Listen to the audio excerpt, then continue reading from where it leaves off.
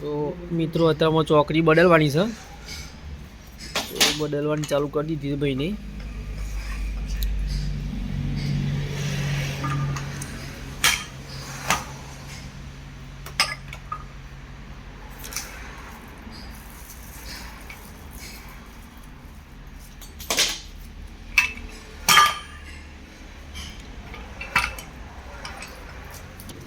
ચોકડી બદલતા પહેલાં તો આના આપણે લોક ખોલવાનું રહેશે.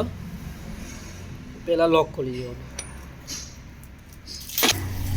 એવી રીતે ફેવડીને ચારે સાઈડથી લોક ખોલી લેવાનો. અંદરની લોકના જરૂર હોય તો અંદર લગાવવાના, બાકી અંદરનો જરૂર નહીં.